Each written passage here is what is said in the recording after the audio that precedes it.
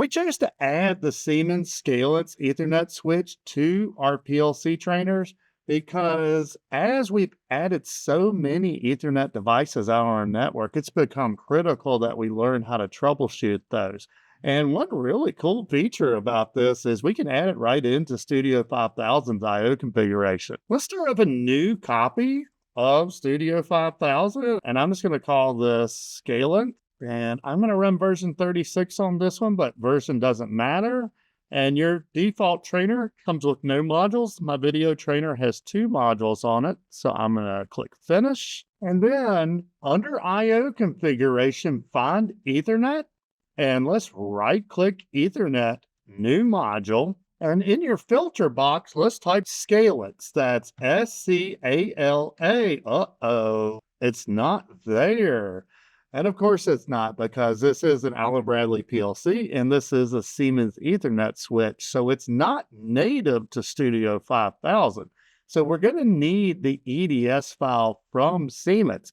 Now, typically you would need to go to their website, find this particular Ethernet switch and download the file.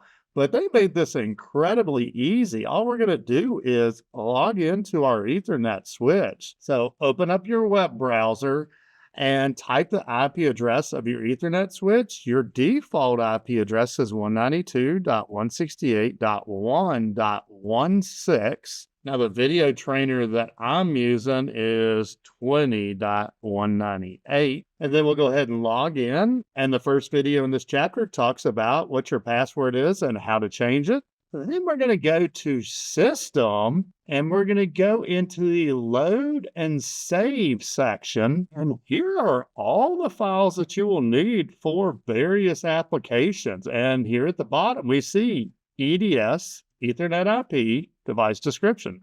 Also, when we get into Profinet, you see the Profinet one's right beneath it. So I'm going to hit Save. And then we're going to go back to Studio 5000.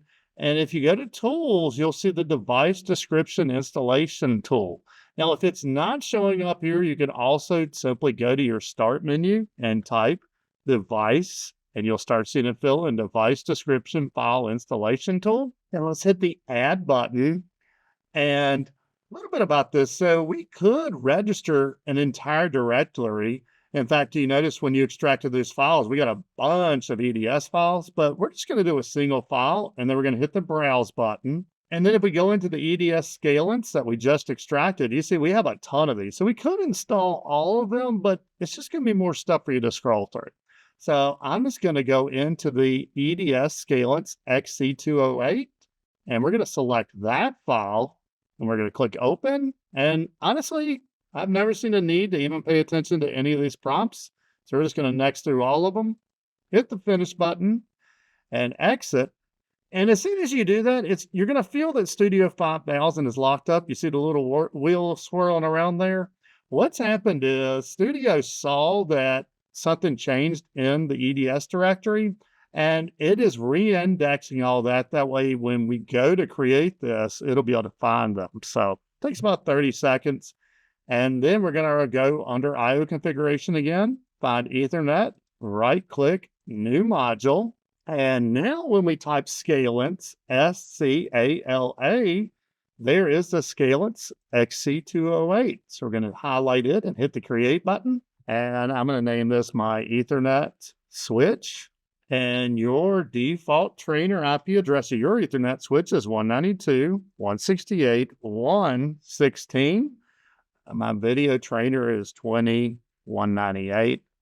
And we'll click OK. This is an awkward step because even sometimes on a training week, someone will have like 5 of something in there. Like, what are you doing? They're like, well, I keep trying to create it and it won't go away. Well, when we hit the Create button, it brought the dialog box up and you hit the OK button. That's what actually put it over here in this list. All you need to do is hit the Close button now. Now let's go ahead and download this program. And if you need any help downloading your program, or you're like, whoa, I didn't even know how to create a program, then we have an entire course that walks you through all of these steps. So look down in the description and you'll see a link to it. And they'll go ahead and put it back in run mode. And the big thing we're looking for is that our I/O is okay. If you see I/O not responding up here, then chances are you either selected the wrong catalog number, because there's also like an XB208, there's several of them in there, or you entered the wrong IP address right here. After that, though, anytime we create something in our IO configuration, we're going to get some tags associated with it. So let's open up our controller tags, and we have Ethernet switch :I. This is a really cool one. Notice we can't actually control the Ethernet switch. We're just gathering information from it.